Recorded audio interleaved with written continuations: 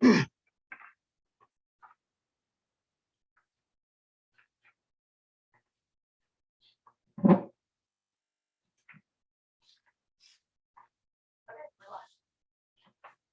right, this is the meeting of the Personnel Committee. It's 9 a.m. Tuesday, March 8th, 2022. I'd like to call the meeting to order and acknowledge that the press and the public have been duly notified of the meeting in accordance with the Freedom of Information Act. First order of on the item on the agenda is to approve the previous meeting minutes. Do I have a motion? So move. Second. Any comments or changes? All those in favor? Aye. Aye. Motion passes. Citizens comments. I don't believe we have any. All right, first item in old business is the interview of the candidates recommended by the IOP Water and Sewer Commission for appointment to fill a vacancy. So we have both candidates here. So what we'll do is we'll interview you one at a time. And then what we'll end up doing at the end of the meeting is going into an executive session to deliberate. And then we'll come out of that with a recommendation to go to council, because ultimately council will have the vote on the decision on this. So I guess if one of you could go wait in the hallway, and then when we'll switch out when we're done. Yeah. You want to toss a coin? All right, Chad. Go to the podium or take one of these or something. Yeah. We're gonna need to have it recorded. Yeah, if you don't mind. Thank you. All right, Chad, yeah, I'll start, but why don't you just start by telling us about yourself, especially maybe how it would relate to the position that, you know, the commission position that you're up for. Sure. Yeah, so I'm a local resident. My family's been coming here. We've had a beach home, Front Beach, since I was a little kid and always wanted to move here. So I grew up in Charlotte. But I've got a kind of a unique background that my family business sells construction equipment, which specifically puts pipes and cables in the ground. And so that's all I've ever done. It's a weird mix of a business guy that's a field guy that works with contractors and works with all the local big and small utility companies. Of course, my goal is to sell them equipment, but it's a lot of providing solutions, the better way, to the minimal impact, the environmentally friendly way to put pipes and cables in the ground. So I think I've got kind of a very odd, but a very unique skill set. As an example, I'm a real world guy. So tomorrow, the city of Liberty, their water and sewer, we're going to deliver them a machine, but we're also going out to look at utility locating their existing utilities. They've got a problem. They can't find a lot of their older utilities, and there's some newer technologies. So that's kind of what I do. I've got a team of sales guys that work for me, but I do a lot of training. As another example, the electrical co-ops, the power companies, they invite me because they have to do periodic safety training. And so I'll train linemen on CDL requirements, driving big trucks. So I drive a tractor trailer. I'm hazmat certified just by course of my business. But I do a lot of field work. I do a lot of training. And that's what I told the guys. I said, I really think, not trying to sell any equipment, but you need a fresh perspective in the water and sewer. You need somebody that maybe has got a different view off the island of what other utility companies are doing, both the power companies, but as another example, I'm a member of the South Carolina Rural Water Association. So I know literally every general manager of every little water and sewer company in both the Carolinas, because we talk to them. So I know some of their challenges, but that's what I explained. I said, I think you could use both a local perspective, a resident perspective. And like it's a small pet peeve of mine. And I don't know if we talked about this, but as I drive down my 30th Avenue and I go over the dips in the road, we could have prevented that. We could, instead of cutting the road, we could go underneath the road.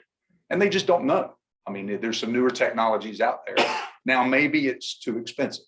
Maybe it's not. maybe in the, well, I know, and that's what I told him. Yeah, in the short term, it might be a little more expensive, but in the long term, fixing that road. And then the comment was, well, the roads are not our responsibility. That's my point, is we just another perspective, an outside perspective to question things. I'm a good person because that's what you do in a business, is you question everything. So we're not, my business, we're not a little mom and pop lawnmower shop, but I'm not a Caterpillar deal. We do about $40 million. I've got a staff of about 70 people. Family business, brother, mother, father. We have bankers to answer to. We have the IRS to answer to. Any business guys in the room know that. But that in a nutshell is my background. I grew up, I've got an MBA. Yo hablo español perfectamente. Porque we have to, I work with Hispanics every single day, and we have to train them in their language. So like I said, kind of a unique perspective. Did I answer your question, sir? Yeah, that's a good start. I'll open it up to the other. Yeah. Okay. It's interesting to hear what you say. I'm an engineer, and my specialty was planning and designing roads. And what you do is always the first step in any project. Yeah, moving the utility. Moving utilities, so I understand. And the one thing that frustrated us like crazy was we'd repave a road or rebuild a road, and then the next month it seemed like utilities would come in and dig it up again. So we could never get them to coordinate with us. It's an ongoing battle. Yeah. Yes, ma'am. What I do see, and I guess you know, you're going to fill my seat on the Water and Sewer Commission. I didn't, but thank you. Yes, so I may ask some questions that really no one should have to know before they join the commission. But it is a job really of policy, not of process of what you're doing in the field. So you need to be able to think at the higher level of the big picture of, you know, how it affects or how things are being run generally.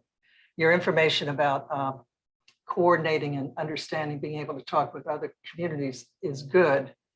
But the detailed day-to-day operations is not our business. That's the director's business. I had two specific questions. Well, one in particular, and this is one that I dealt with a lot on the commission, and that is misinformation. In particular, we had a difficult time communicating with the public about how the island could be, gravity sewer could be laid throughout the island, because people thought it was mandated that everybody had to hook up, and that was not the case. Mm-hmm. How would you deal with misinformation coming out of the commission, or coming to the commission, I should say? To the general public. Mm-hmm. Transparency, candid transparency, and perhaps open forum or a meeting. I don't see a soul from our constituency. So all you can do is put it out there. This is what we are trying to do. This is what we'd like to do, and open it up for discussion. As far as misinformation, do you try to combat that on the web or through social media? I don't have that answer. I do agree with you, because all of my neighbors, and they come to me, aren't you in the utility business? Like, what would you do? Would you hook up that old beach house? And I tell them what I know. Yeah, if it's economically feasible, yes, absolutely. Get off the old sewer system. And then of course, the next thing is, well, then I'm gonna have to start paying that exorbitant fee for the sewer portion of it. And I have to explain to them, well, it's part of doing business. And then my perspective is it's not exorbitant, because I know what some of the other commissions and the other utilities charge. So I don't know if I've answered your question, but I agree with you that there's a lot of misinformation out there. And the only way you can, in my opinion, get the public to have the correct information is try to give it to them in a transparent fashion. The one thing I would suggest is that I don't think you want to combat the public ever, but providing them with the correct information is probably the most useful tool. Fact versus fiction. Absolutely. You know, what the facts are, and just post it that way until finally you hit the right words. I found that using the word choice rather than mandate worked really well, because people who were against a mandate were totally in favor of having a choice of being to hook up about. Yeah, mandates are not a good word as of No. late. And so that was something that I think will come up and all. And then the other thing I noticed on your, I think it was you that said that you tried to hook up Mhm. to the gravity sewer. Can you tell us about your experience with that? I'm curious. It was not positive. So this old house, I know, and we don't rent it. And my parents, they haven't been here in 2 years because of COVID. So we don't have to go to, but we want to go. And so I offered, I said, man, it's kind of a unique, again, perspective that we can do the work. We can bore to whatever pump station, we can put the pump station in, we can work with the engineers. And it was almost as if when they found out that we have the capabilities, I felt I was being taken advantage of. Well, we're not going to go to the closest connection. We're going to go all the way to Waterway. And I questioned that. I said, why are we going to bore 1,500 feet instead of boring about 400 feet? And I didn't really get a real good answer. And well, we have to deal with DHEC and we have to, and I understand all of that. I understand some of the permitting processes, but I threw in the towel. I said, here I am willing to go be a contractor and install a pipe, but I don't feel like we're being, because I have the capabilities, I'm being taken advantage of to get a free line.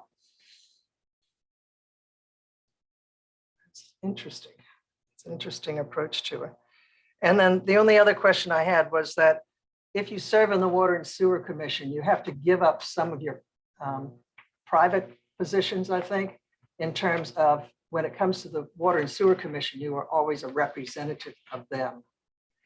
How do you see your role in that as being the representative of Water and Sewer Commission?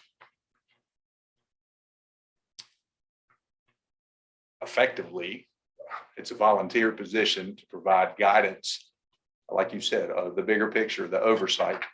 When you say to give up other, I don't know if I fully understand your question. And with respect to issues with the Water and Sewer Commission, rather than speaking on opinions, I try to speak with facts. Sure. So I think that's what I'm sort of thinking of in terms of how we represent ourselves to the public. Mhm. And you do lose a little bit of that independent voice when you join a council or a commission or anything like that. And so that's sort of what I'm trying to ask you, if you feel any tension or problem with something like that. None whatsoever. Okay. I'm a scout leader. I'm on several other independent boards. So I understand, you got to sometimes have to reserve your personal feelings. As far as opinions, I kind of thought, I'm a big believer. I agree with you, give facts, but also give a different perspective. Yeah. Now, as far as, and we discussed that with Mr. Jordan, as far as, attempting to sell the Water and Sewer Commission, any equipment that I sell, I've only sold one little tiny pool. So that's not a concern whatsoever. Okay. No, I'm not. There's no conflict of interest because they really don't buy anything from me. And if that were the case, if they, like Mount Pleasant Waterworks is another example, I do sell them equipment. I could recuse myself and have one of my sales reps and not be involved in the slightest. So there'd be no impropriety or any conflict of interest on that side, if that's another part of your question. That's good to know. Okay. Okay. The others will have more general questions, I think, than I do. Yeah.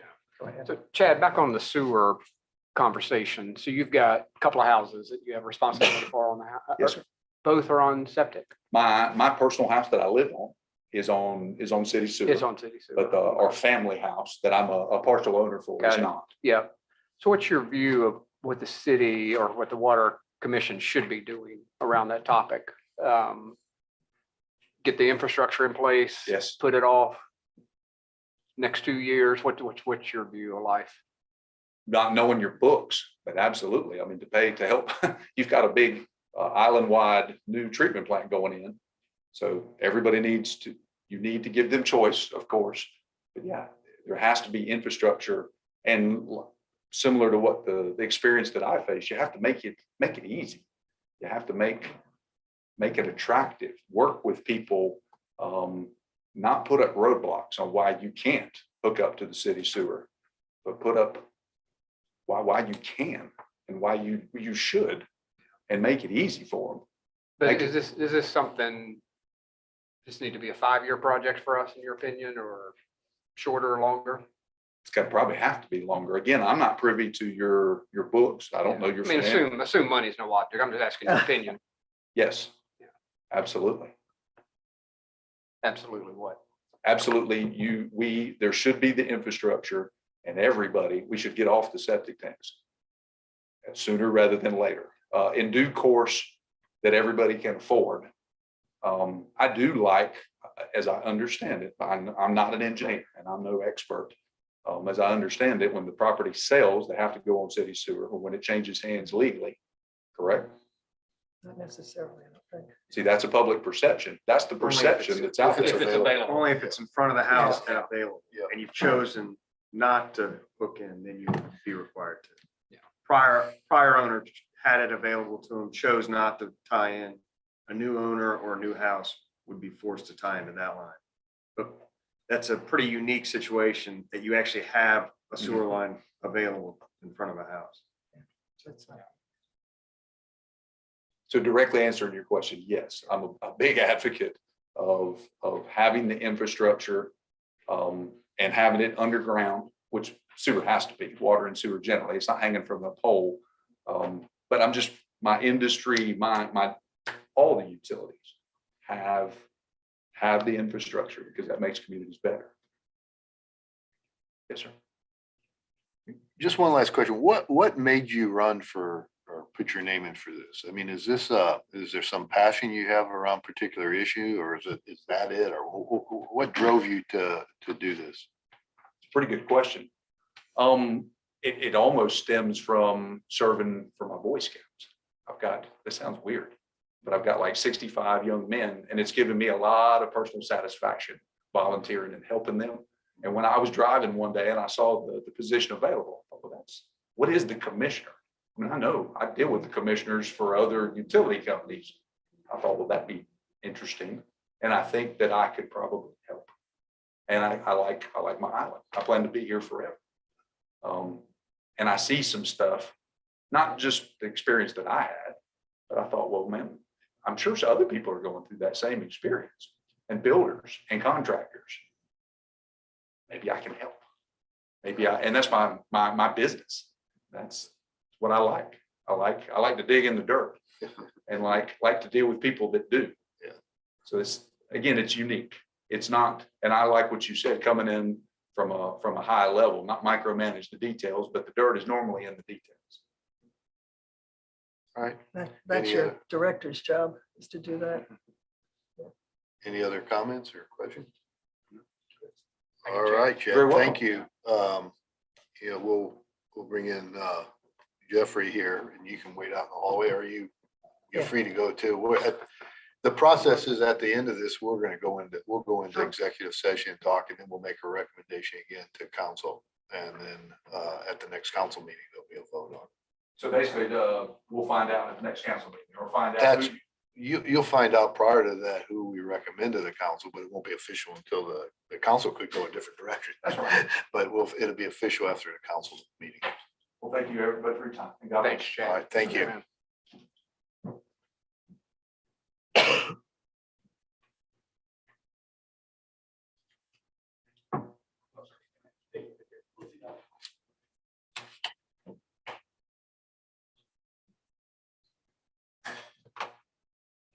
Yep. All right. We got a big spotlight coming on Yeah. us too. Jeff. All right. Why don't you go first?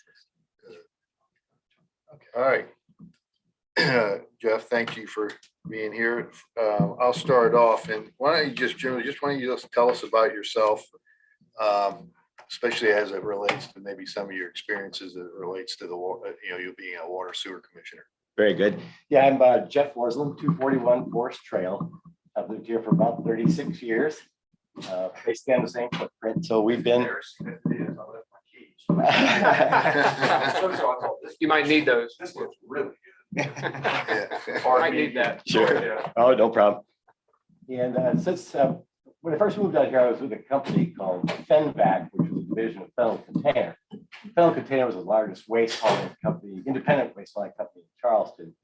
Fenvac was created as a division of Fennel Container to provide liquid, hazardous, and municipal waste hauling service.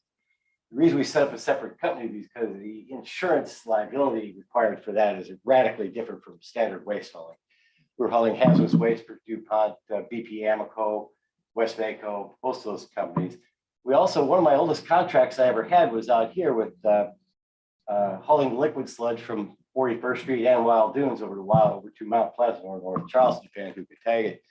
And we've had that contract, I believe, 20 years. You see the silver trucks with the green cabs, and it went from Fenvac to Nature's Calling to United Site Services, and now the company no longer exists. I told them, if I leave, guys, you're in trouble. I left 5 years ago. Shoot, they're gone.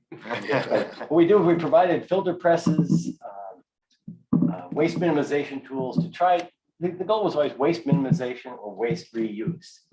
And that's what we try to do for our customers.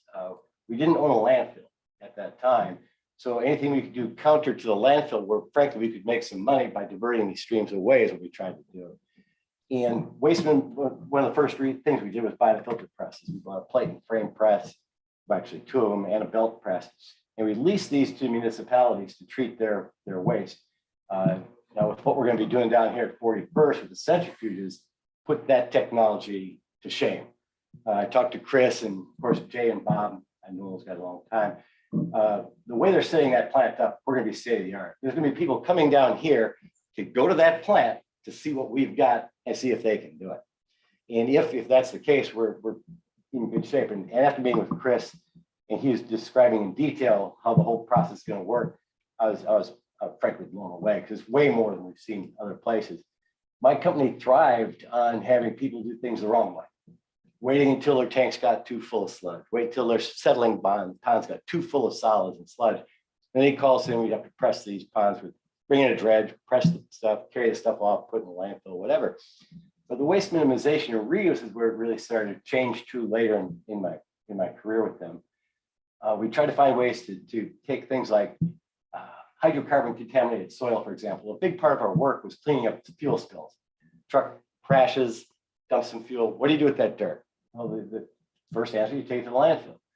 Well, we wanted to try to see if we could do something else. We made a little deal with a brick company over in Colombia that said, yeah, we can take that dirt, blend it in the brick making process. We'll eliminate the hydrocarbon through the heat. We'll eliminate the moisture through the heat and incorporate it into a brick for beneficial reuse. Great. How much does it cost? Well, they were able to get the cost sort of close to the landfill. So the option then came for the customer. Do you want to do the waste min thing and try to do it this way, or do you want it to go to the landfill and left it up to them to make that call based on cost or whatever environmental issue they had?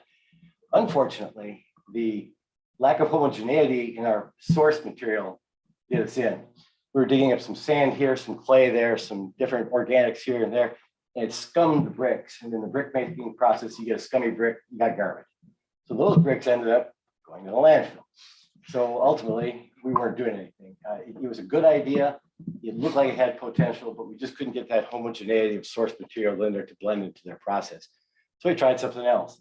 Looked at pelletization of some of the material where you mix it with organic material. There's a couple of companies went up there near Holly Hill is doing it now. Bob Shepard's company up there, and that's what we might want to look at too down the road.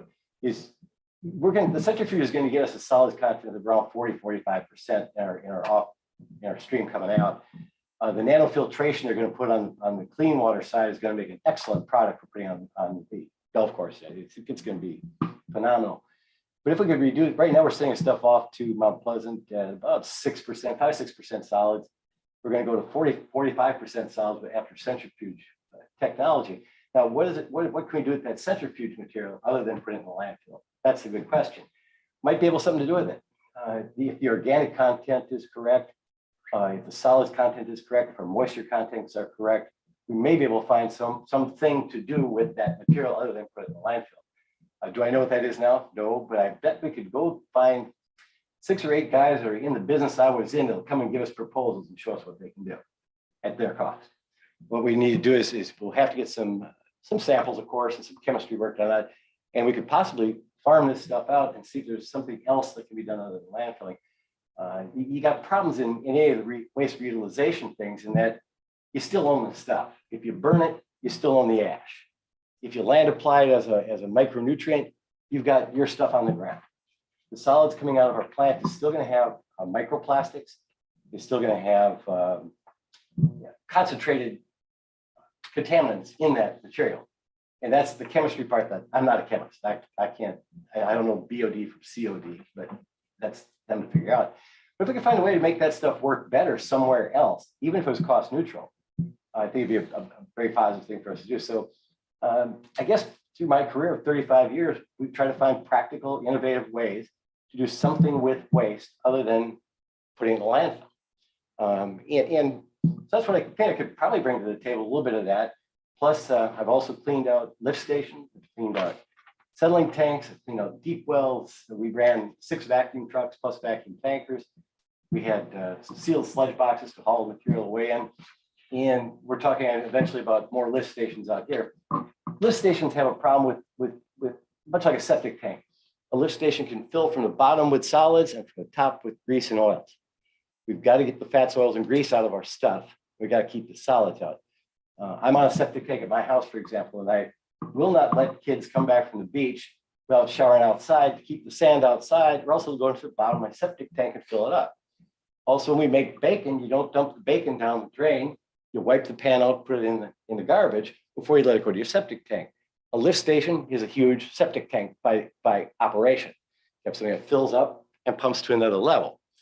We're going to have grease getting into those lift stations. We're going to have solids getting into those lift stations. And at some point, they're going to have to be cleaned.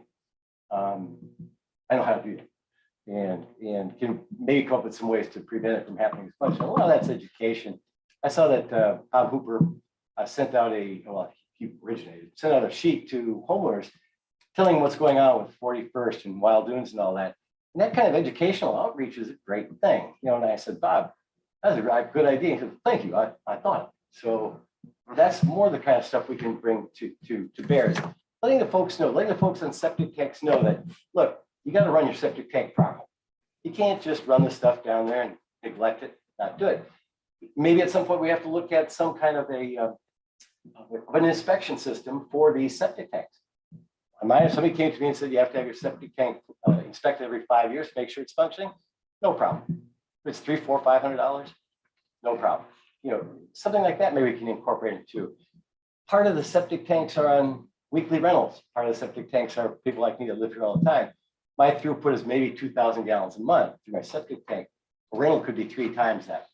The rental people don't care about the solids coming in. The rental people don't care about the grease going down the thing. And those are the septic tanks that are going to be the problematic septic tanks. If we segregate those as a group, probably so. If we educate those people on how to do it better, probably not.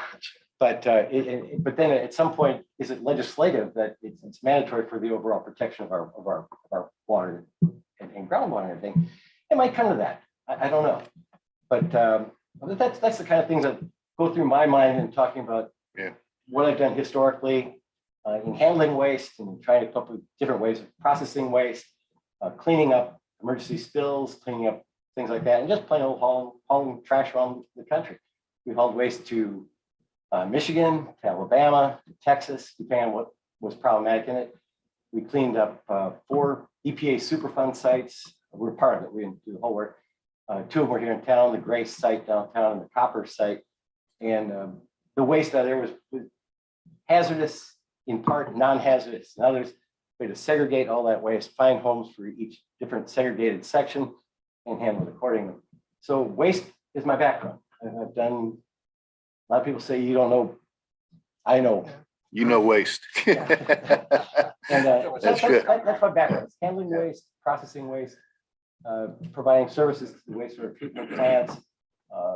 That's good. I'll let some of these other guys ask the question. That's a Great answers. Thanks for, you may have answered most of the questions we already have, but I'll open it up to the other two members. They may have some other questions as well. Yeah. Jeff, you and I talked about this a number of months ago before you ever put your name in the hat for the Water and Sewer Commission, but I know you were on septic. So give me your view of where the island should be going. You mentioned a little bit about the inspections and we talked about that some too.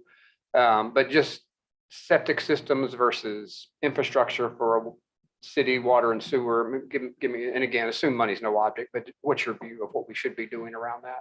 Well, you know, what should we do and what can we do and what can we afford? Several different questions incorporated into one. To hook everybody up to the sewer, we're going to have to put in these lift stations. Lift stations are going to have to come from that way all the way that way. And each lift station is going to cost a lot of money. And they also have a fair bit of maintenance with them too. So to buy those lift stations, we really have to make sure that our contractors or the people we're buying from address many of those issues. In terms of getting people off septic tanks, yeah, but at $35,000 to $50,000, it's going to be tough. My neighbor on the corner just spent $50,000 to tie in because they're expanding their house, adding another bathroom, so they could no longer use their septic tank. And that's a bunch.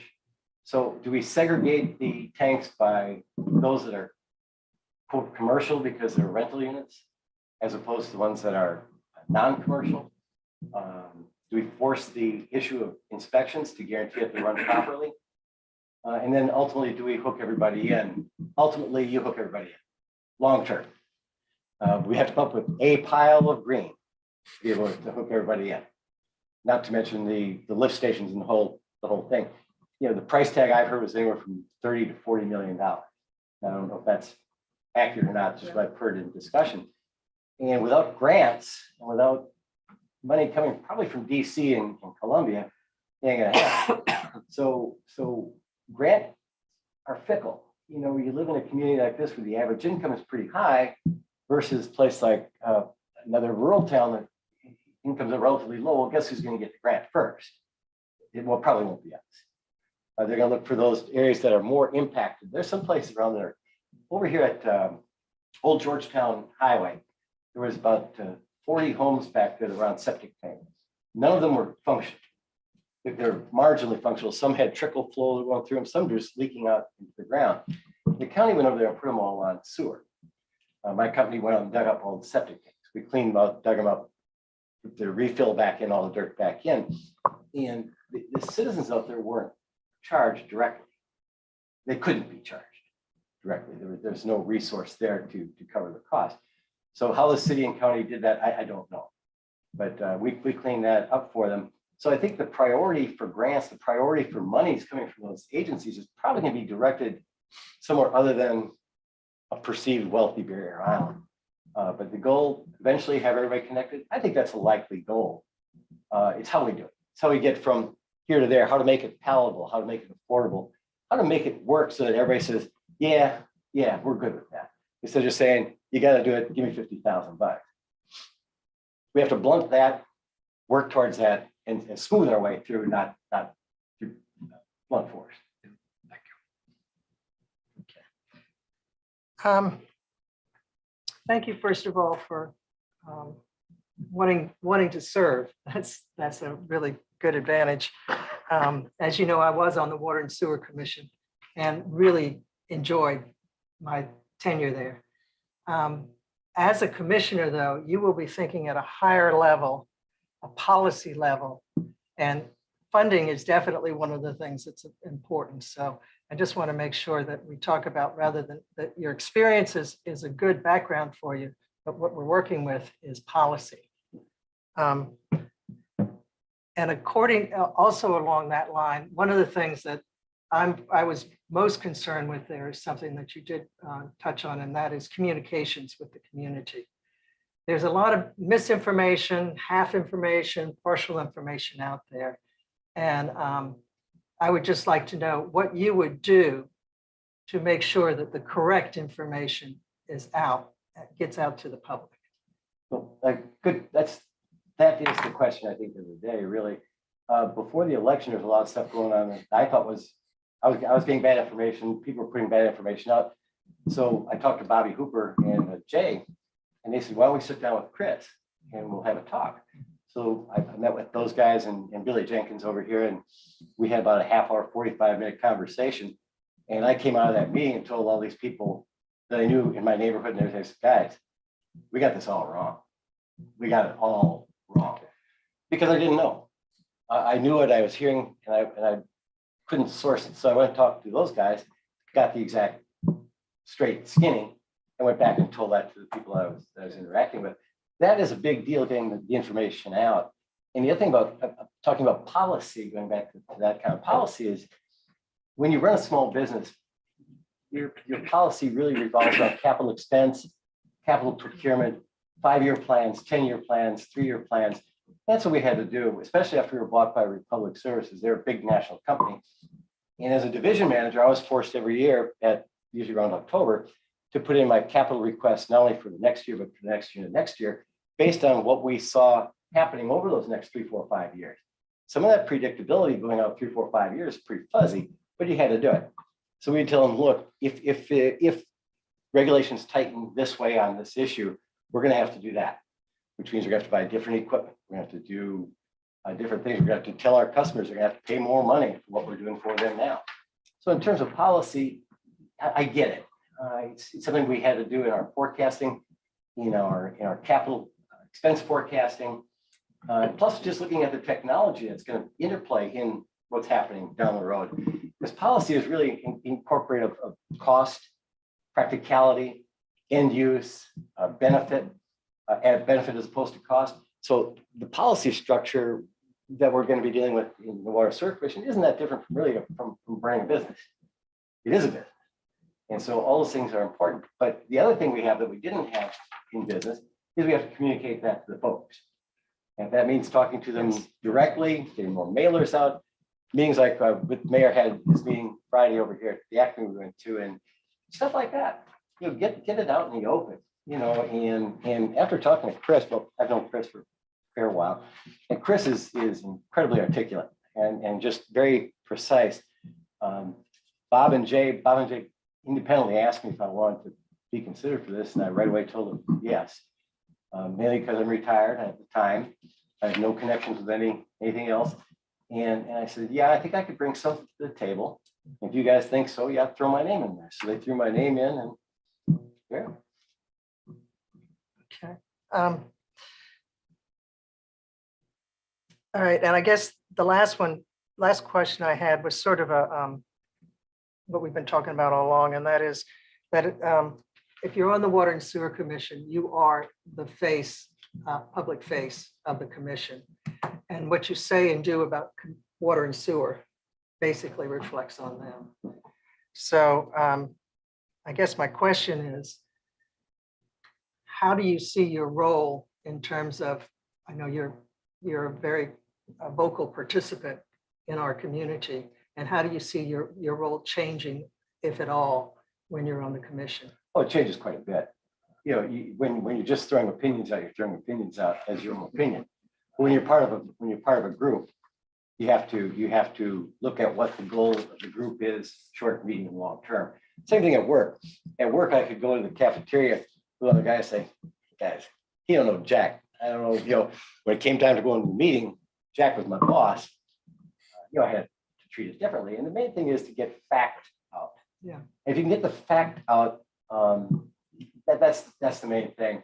And knowing those guys and how they talk and how they work and how the plants can be running out here really changed 100% my whole opinion on how everything was really working out here.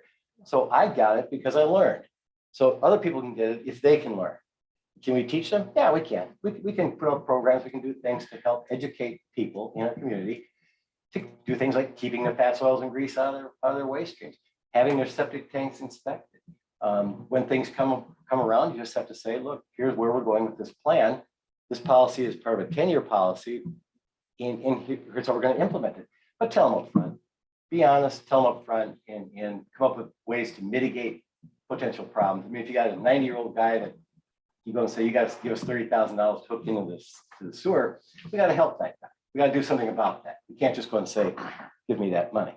So the theory and the policy is here. the application is here. We have to just smooth that curve to get from here to there. And I think it's doable. It's doable if we can have people just like Chris did and what Bob did, just talk and get it out.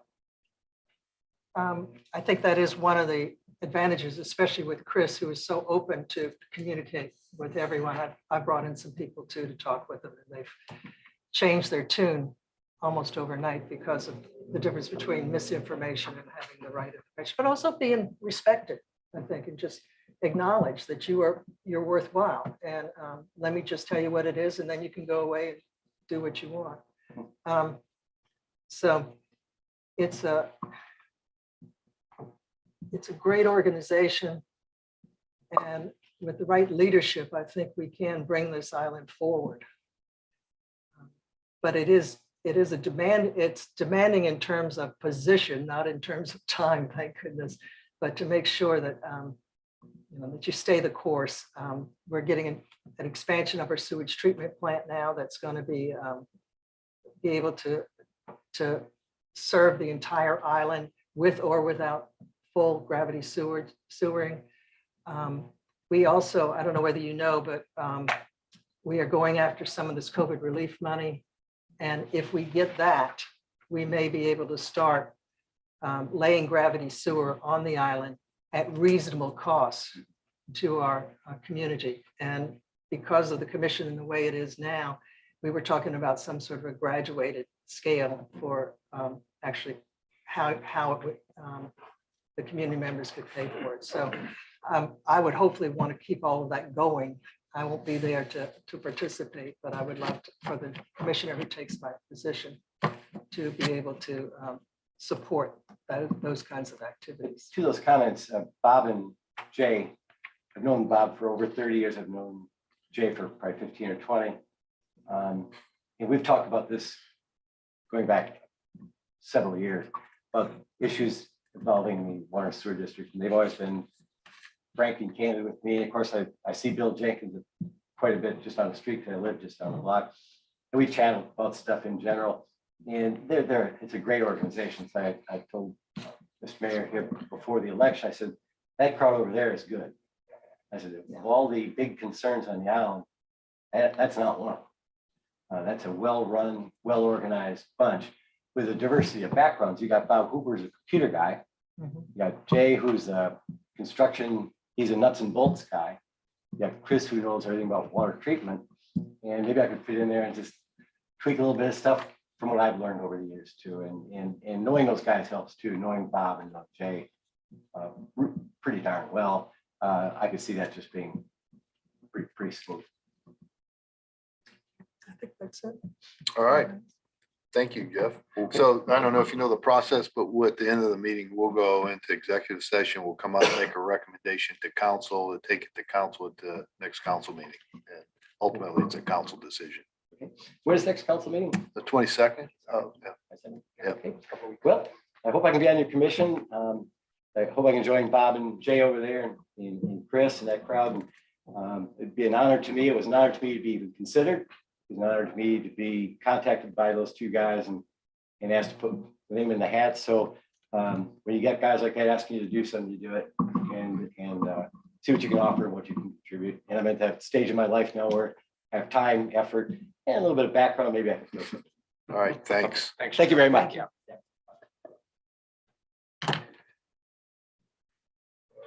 The next item on the agenda is discussion and consideration of a code of conduct for a member of city council. There is a draft of what we'd asked staff to put together from the last meeting that's incorporated into the packet. I guess I'll open it up for comments on that at this point. Yeah, content's good. There are a number of spacing type of Yeah. things that I found, so I don't know how we want to walk through it. Yeah. Also, we merged two pieces and they don't mesh exactly. They still talk about oath in the sanctions portion of it when there is no oath in the front portion of it. So it has to be cleaned up some. But I guess as I was reading it, and I don't have the benefit of the history about really what we wanted to accomplish with the code of conduct for council and this, you know, the specifics of what we wanted, but the compliance piece is a fairly detailed process. And where you're holding a disciplinary hearing and it gets into something that I think we need to really think through of how that would actually work in practice. Is my only point on it. I don't know if we're ready for prime time, I guess is my whole thought. I don't know how we go about working through these, but I think we need to work through it a little bit more before we do. Or the other thing, we bring it to council and see what council has to say about it. Clean this up in terms of meshing the language so that it all meshes together. Yeah. But then See if take it's it and see- directionally. Yeah. Yeah. I mean, Douglas, what do you think? I don't know how the best way to get our comments So, yeah, to this. in terms of the formatting, we can, a lot of it, I'm not sure what's going on there with it, cram words together. We can certainly clean that up. John's point about the oath section, I haven't really studied that to Well- know, to kind of have a suggestion as to how to tie the two a little cleaner together. And I don't know, I know this originally came from discussions years ago, and I'm guessing, and I wasn't part of that, but I'm guessing it was probably two separate documents kind of Well, stitched together. what we but- did is we had the old document that the city had drafted in 2017 as the code, but then we put the enforcement piece that was from the city of Charleston's code that they developed. But what the city of Charleston did is had the oath, their oath of office that they took is really the code. And so you can see in the enforcement, it says for violation of the oath. Well, there is no reference to oath in the front, so we can clean that up and Just call it the violation of the policy of any of the conduct in section or the A code of whatever, the conduct, code a of violation of yeah, the code of conduct Right. instead of oath. Right. But I think a broader point is that is how, you know, how do we move this forward, I guess, is the question. Is I think I don't know if we're directionally, to what the council had originally thought was needed from a code of conduct, and, you know, are we headed in the right direction, or are we off course? And I don't know how to get that feedback. Maybe, one option is to clean this up and make sure it's clean, and then take it to council and say, hey, here's what, the personnel committee has brought forward, what's your thoughts? And then we can go back to work some more on it after that meeting. Yeah, I mean, I think that's the absolute path. I mean, the language I think the combination of the two pieces is the right direction from our conversations at this committee level. But I think exactly that. I think we clean up whatever we want to clean up. And a lot of it's just, some of it's aesthetic, some of it's word choice here and there. And then I think we take it to council at the end of the month and see if we're ready to see if we are on the right direction from a broader view. And I can help clean it up too. I have some, how to merge the two more efficiently as well. There's, So Philip, your reference to aesthetics, it's just kind of things are in different, like font and Well, like that type of. under aesthetic? section B, Douglas. Yep. So it goes under section B, we have acknowledgement of code of conduct, paragraph, behavior and conduct, paragraph that needs some Yep. space help. And then to John's point, this next page, which has a 1 on the bottom of it, that's the page we brought in from Charleston County. Yeah. So that, that, Yeah. and then Okay. the implementation, the middle paragraph where it starts with this document, blah, blah, blah. I think that was in a explanatory how you pull off a code of conduct. That would not go in a signature page for a code of conduct, nor would be adopted on resolution date. That would be at a council level conversation. Does that make sense? Yep. And not to go all the way back, but like the title of it is for elected and appointed officials, and we had decided to only do elected officials initially. I think from a committee That's great. standpoint, we were gonna try it for a little while and then bring it back maybe for boards and commissions and other appointed folks. And then since I'm on a roll, the only other typo I had was the first sentence, second line. Yeah. Says standards so that elected, I think it should say officials, while exercising their respective offices. Point that out one more time. Where's the Top, first sentence, Okay. Right under before, policy purpose, right before the first comma there, it should have officials. yeah. Standards so that Oh, yeah. elected officials. Yes. And that was really, That's all I had as well. I have one question that is sort of substantial because of what it says. Under B, applicability and sanctions, the first paragraph, acknowledgement and acceptance of this code of conduct is voluntary. So what does that mean with all of the enforcement and stuff that comes afterwards? Does it change anything? You know, in theory, I guess you could have somebody that says, Yeah. yeah. I'm not. I mean, saying I think, and it's kind of in there that it's a self-governing or a Yeah. self, Yeah. you know, at the end of the day, it's very much a tool for you all to use in working with each other, and it's not gonna have somebody, you're not gonna challenge their kind of authority to act as a council member at the end of the day. So I think it is very much a self-policing policy, and if somebody really thumbed their nose at it, it would be a public process. It would raise the issue, illuminate the issue, but it's not going to have the effect of undoing them being a council member or having the authority of a council member. Okay, so it's, Very much a voluntary thing, I there's think. no legal recourse. It's No. just a matter of public action, I guess. I think so, yeah. Okay. Kind of a best practice. Right. Putting forward, I think. And I mean, it's setting the expectation of this is how, you know, we're all kind of agreeing, this is how we're going to interact with each other and behave.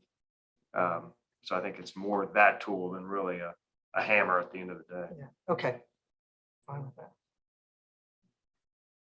Yeah, so John, I think we do, I think personally, I think we're ready to take it to council. You know, we've looked at it for a couple of months now. Yeah. We've put two policies together. I mean, I think directionally, we're where this committee wanted it to be, in my opinion. So I think we're ready for some All right. feedback.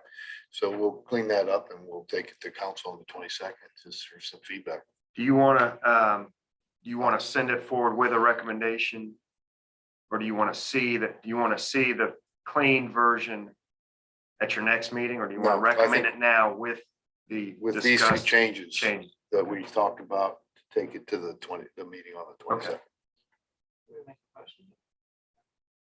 Yeah. Need to. Yeah, so I'll make a motion that we adopt and approve the amended code of conduct as discussed.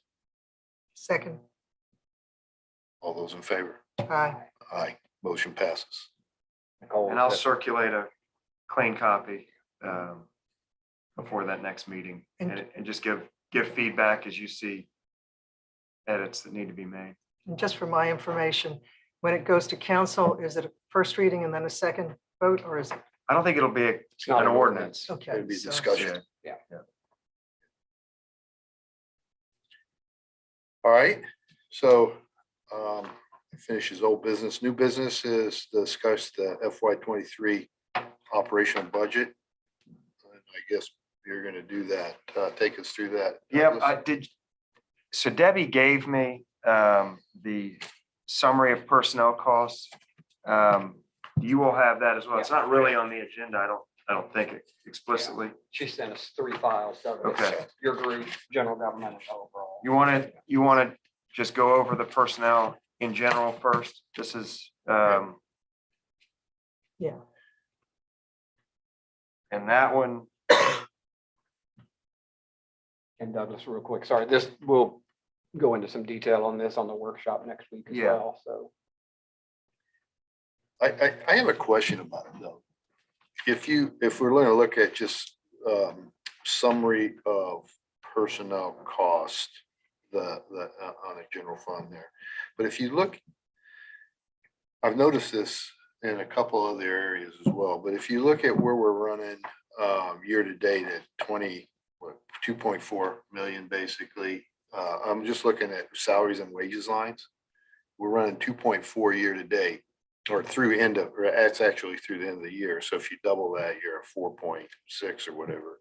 For the last 12 months, we run at 4.8, but yet on the budget, we're at 5.4. So we're, we're budgeting well ahead beyond even what would be with the 2.5% increases, merit increases. And the head count's the same. I mean, the FTEs are 92 versus 92 on a full year. So I don't know how that, it's not correlating to me where we're running versus where we're budgeting. So Douglas, you mean, Yeah, do you? yeah, so Doug, if you look at column or row L, column L, Yep, so that's our budget, that's our budget. 5.3, Right. right? And we're just going to 5.4 from a budget. From a budget Yeah, just hang standpoint, on, just walk with me. For a second. From a budget standpoint, that's all we're doing, about a 3% increase. right. And most of that is merit salary adjustments for the most part. No new people.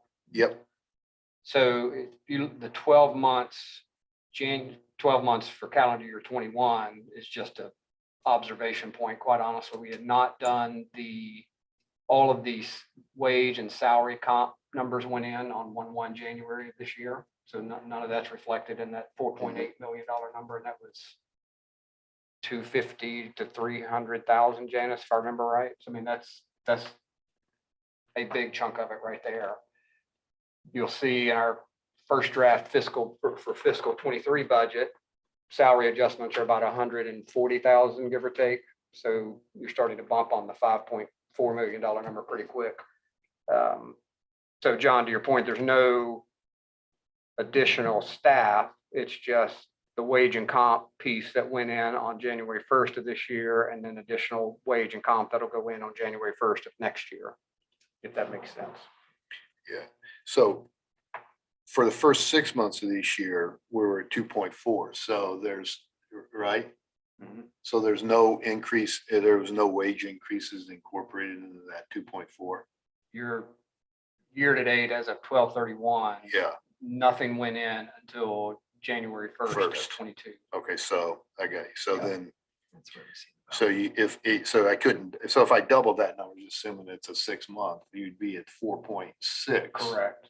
But they Plus add the in- wages increases Correct. on top of that, yeah. All right, Sometimes too many observation points are not helpful. yeah.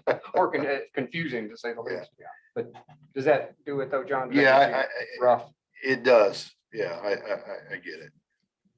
All right, it's Sorry, mostly Douglas. wages, yeah. So the answer is there's been a substantial wage increase for our personnel this year. Well, and the second part of last year, or second part of this year. Yeah, okay.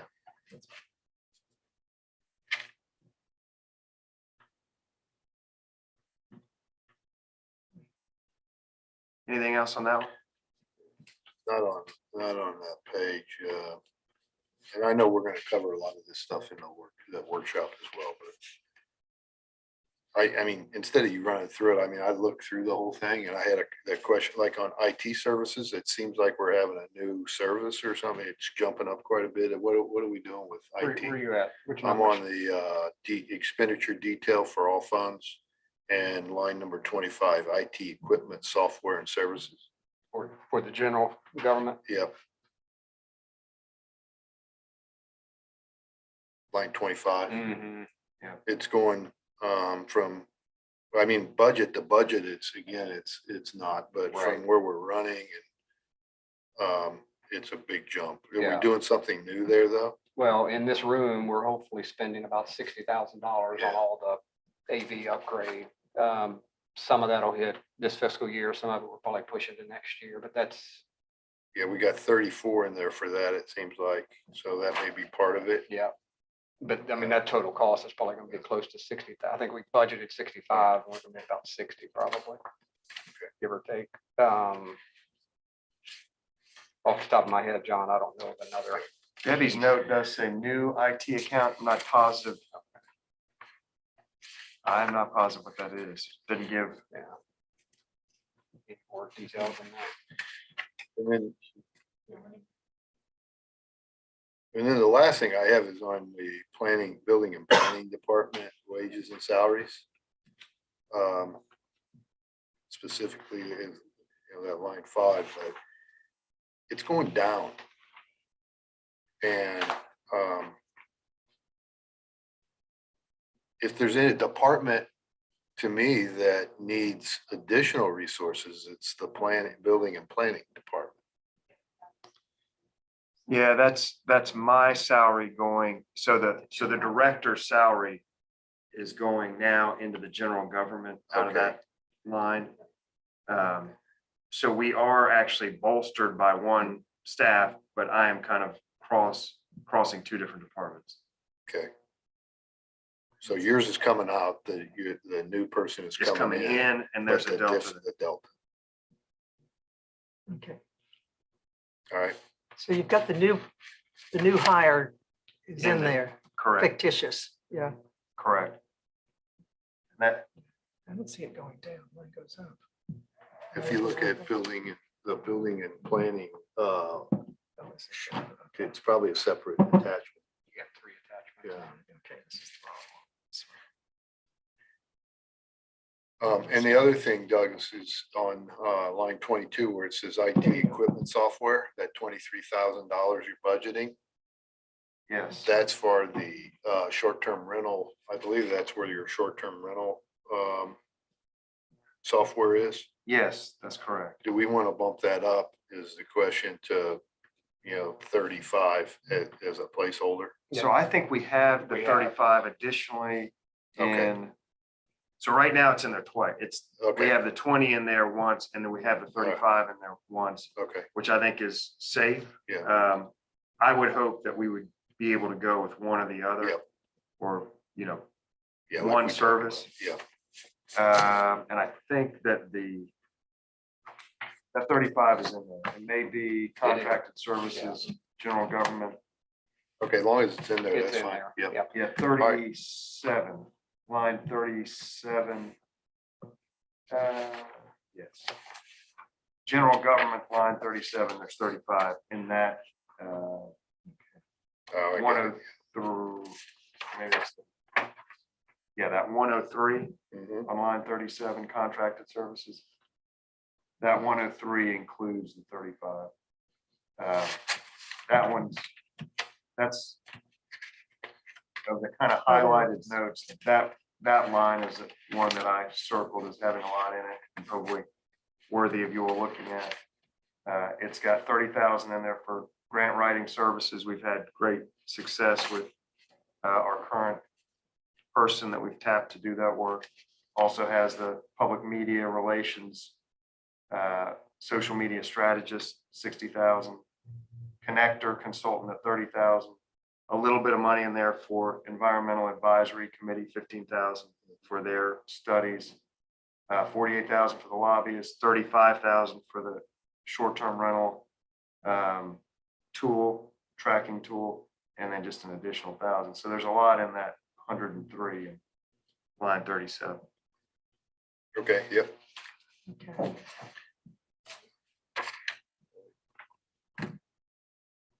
All right, is there any other comments or questions on the plan? Oh, here's Debbie. Debbie can, Oh. Answered our own quick question. question. The IT line, and now I've lost my page on. Are we having new IT services? There's a line, and it says in the beginning, new IT services, and then there's a That's long, a holdover from last year. So when we say new IT services, that was last year when we went to BC3. okay, So I okay, probably need to change the notes. okay.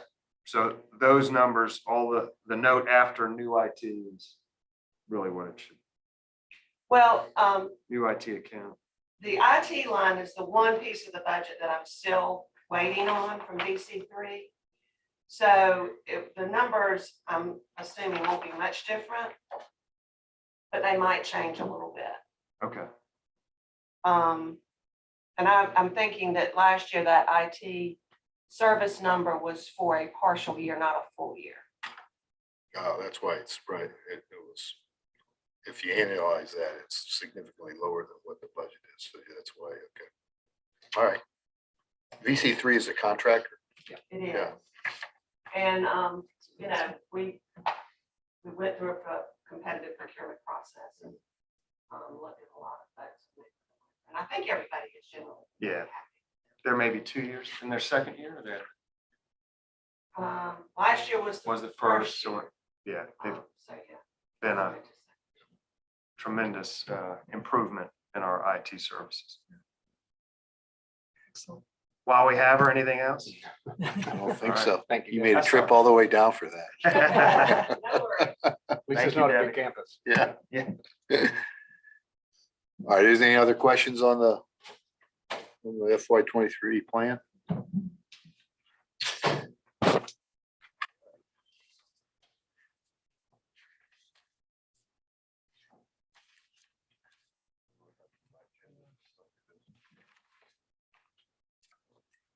So miscellaneous business, the next meeting date is 9 a.m. Tuesday, April 5th. Election day. Yeah, That's unfamiliar. is that, is that okay?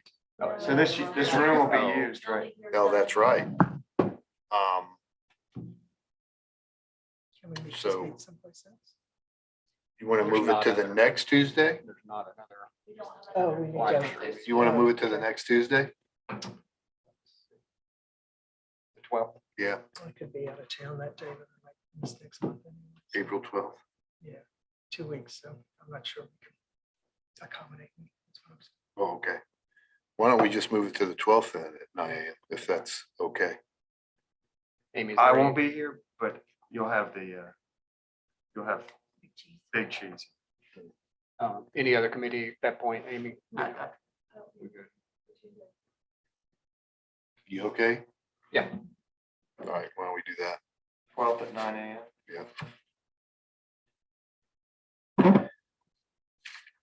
All right, executive session. I make a motion that we go in executive session to discuss the personnel matters as relate to the appointment of the Water and Sewer Commission member. There will be no votes taken. I have a second. Second. All those in favor? Aye. Aye. Offer.